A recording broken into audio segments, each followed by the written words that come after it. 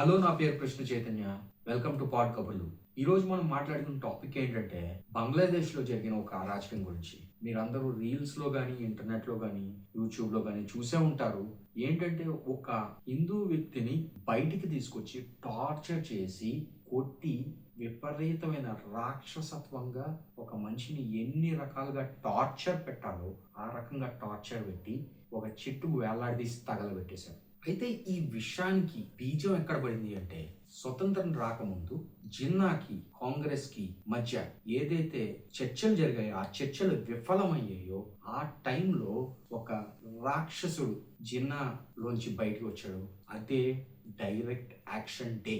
ఆ direct action day ప్రభావం ఏంటి అంటే అటు పంజాబ్ లో కావచ్చు హిందువుల్ని సిక్కుల్ని ఒక ఊచకోత కూశారు. అలాగే నోవాఖలి అనే ప్రాంతంలో బెంగాల్లో జరిగిన నరసంహారం ఏ రకంగా ఉంది అంటే అది మ్యాసకర్కి ఏమాత్రం తక్కువ లేదని చెప్పుకోవచ్చు.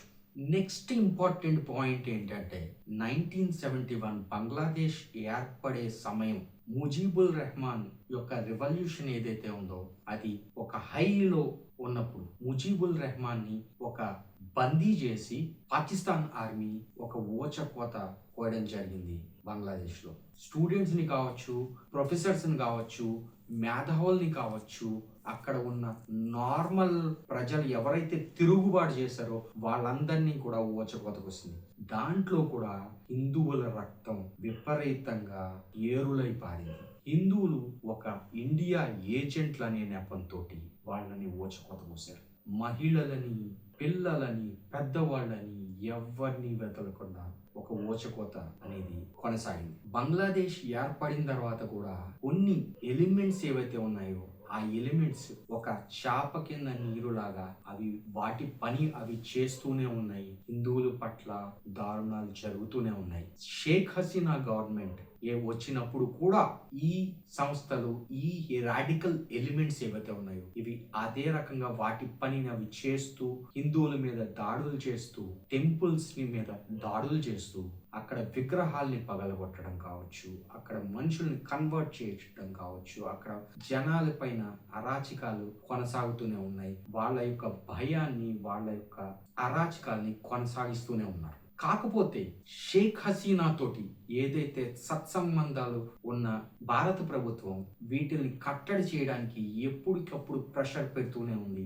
ఎంత వీలైతే అంత మెజర్స్ ఏవైతే డిప్లొమాటిక్ మెజర్స్ తీసుకుంటూనే ఉంది. అయినప్పటికీ షేక్ హసీనా బంగ్లాదేశ్ యొక్క సెక్యులర్ క్రెడెన్షియల్స్ ప్రూవ్ చేసుకోవడానికి ఎంత ప్రయత్నించినా ఈ యొక్క రాడికల్ ఎలిమెంట్స్ ఏవైతే ఉన్నాయో వాటిలో ప్రయత్నాలు అవి చేస్తూనే ఉన్నాయి. నెక్స్ట్ స్టేజ్ వచ్చేసి ఎప్పుడైతే షేక్ హసీనా ప్రభుత్వం పడుతుందా ఈ అరాచకాల్ని, విచ్చలవిడితనాన్ని స్ప్రెడ్ చేద్దామని ఇవి ఈ సమయం గురించి వెయిట్ చేస్తూనే ఉన్నాయి. అదే సమయంలో మనము కొన్ని ఏళ్ల క్రితం చూసుకుంటే జో బైడెన్ ఎప్పుడైతే యుఎస్ అంబాసిడర్ గా ఒక పీటర్ హస్ అనే ఒక అతన్ని నియమించి అక్కడ హసీనా గవర్నమెంట్ ని రెజిమ్ చేంజ్ చేయాలని ఒక ప్లాన్ తోటి ఒక కుట్ర చేసి పంపించడం జరిగింది. ఈ పంపించిన ఈ పీటర్ హన్స్ అనే మహానుభావుడు ఏం చేశాడంటే ఈ ఎలిమెంట్స్ ఏవైతే ఉన్నాయో వీటితోటి చర్చలు జరపడం కానీ ఈ ఇప్పుడైతే ప్రస్తుతం ఉన్న గవర్నమెంట్ ని అధికారం ఏదైతే ఎప్పుడైతే పీటర్ హస్ అనే అతను జో బైడెన్ సాయంతో యుఎస్ అంబాసిడర్ కింద బంగ్లాదేశ్ లో అడుగు పెట్టాడో ఎప్పుడైతే ఇతను ప్రతి ఒక్క మూని ప్రతి ఒక్క స్టెప్ ని ఒక పాము కింద వాడుకుని ప్రతి ఒక్క స్టెప్ ని కూడా అపోజిషన్ ని యునైట్ చేయడం కావచ్చు, అక్కడ ఉన్న శక్తుల్ని అన్నిటిని సరిగ్గా యూటిలైజ్ చేసుకోవడం కావచ్చు, వీటిని హసీనా గవర్నమెంట్ లో ఒక డెమోక్రటిక్ స్పిరిట్ మిస్ అవుతుంది అనే భావన కల్పించేటట్టు వ్యాఖ్యలు కావచ్చు. ఎప్పుడైతే ఎలక్షన్స్ జరిగాయో డెమోక్రటిక్ స్పిరిట్ తో జరగలేదు అనే వ్యాఖ్యలు చేయడం తోటి షేక్ హసీనా గవర్నమెంట్ అసలు డెమోక్రసీకి ఒక రెస్పెక్ట్ ఇవ్వదనే భావనని ప్రజల్లో కల్పించాడు. ఒక అంబాసిడర్ వచ్చేసి దేశంలో జరుగుతున్న ఎన్నికల మీద కామెంట్ చేయడం అనేది అదే ఒక విచిత్రం అని చెప్పుకోవచ్చు. ఫర్ ఎగ్జాంపుల్ అలాంటి నిజంగా ఒక రాజదూత్ అనేవాడు ఇలాంటి పనులు చేయొచ్చా లేదా అనేది మీ ఊహకే వదిలేస్తున్నాను. నెక్స్ట్, ఎప్పుడైతే హసీనా గవర్నమెంట్ అయితే ఇది కూలిపోయిందో, షేక్ హసీనా ఇండియాకి వచ్చి తల దాచుకుందో, అప్పుడు మహమ్మద్ యూనిస్ ని ప్లాన్ ప్రకారం ఇన్స్టాల్ చేయడం జరిగింది. ఎప్పుడైతే మహమ్మద్ యూనిస్ ఇన్స్టాల్ అయ్యాడో, ఒక టేక్ కేర్ గవర్నమెంట్ కింద పగ్గాలు చేపట్టాడో, అప్పుడైతే ఈ రాడికల్ ఎలిమెంట్స్ కి విచ్చలవిడిగా పనులు స్టార్ట్ చేయడం జరిగింది, దాడులు చేయడం జరిగింది. వీటికి ఒక అదుపు లేకుండా పోయింది. రీసెంట్ గా మహమ్మద్ యూనిస్ మెహందీ అనే ఒక జర్నలిస్ట్ జరిగిన ఇంటర్వ్యూలో చెప్పడం ఏం జరిగిందంటే, అసలు ఈ దారులన్నీ కూడా ఇండియా కల్పించే ఒక ఫేక్ న్యూస్ అని చెప్పడం జరిగింది.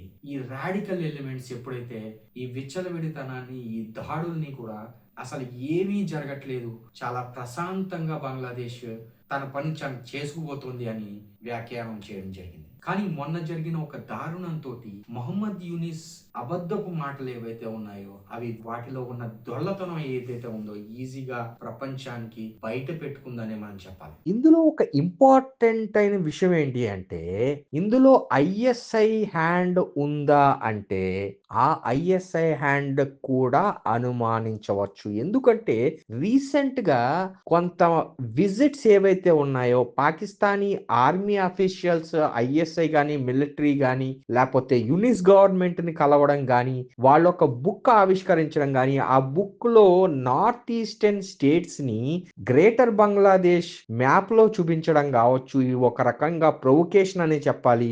ఈ ఇద్దరూ కలిసి ఏదైనా చేస్తున్నారా అనే అనుమానాల్ని క్లియర్ గా మనకి వ్యక్తపరుస్తున్నట్టు మనకి తెలుస్తోంది. సో ఈ దారుణాలు ఇక్కడితో ఆగుతాయా, లేకపోతే ఇదే విధంగా కొనసాగుతాయా? 30% ఉన్న హిందూ పాపులేషన్ ఈ రోజు 9% కి జారిపోయింది. ఇది ఇంకా కొనసాగుతుందా, లేకపోతే ఈ లోపులనే భారత్ ప్రభుత్వం ఒక ధీటైన జవాబు చెప్పి వీటికి ఫుల్ స్టాప్ పెట్టే ప్రయత్నం చేస్తుందా? వేచి చూద్దాం. Thank you. ఇలాంటి విషయాలన్నిటిని చాలా ఈజీగా ఇన్ఫర్మేషన్ అర్థమయ్యేలా మీ దగ్గరికి తీసుకురావడానికి మా ఛానల్ని లైక్ చేయండి, షేర్ చేయండి, సబ్స్క్రైబ్ చేయండి.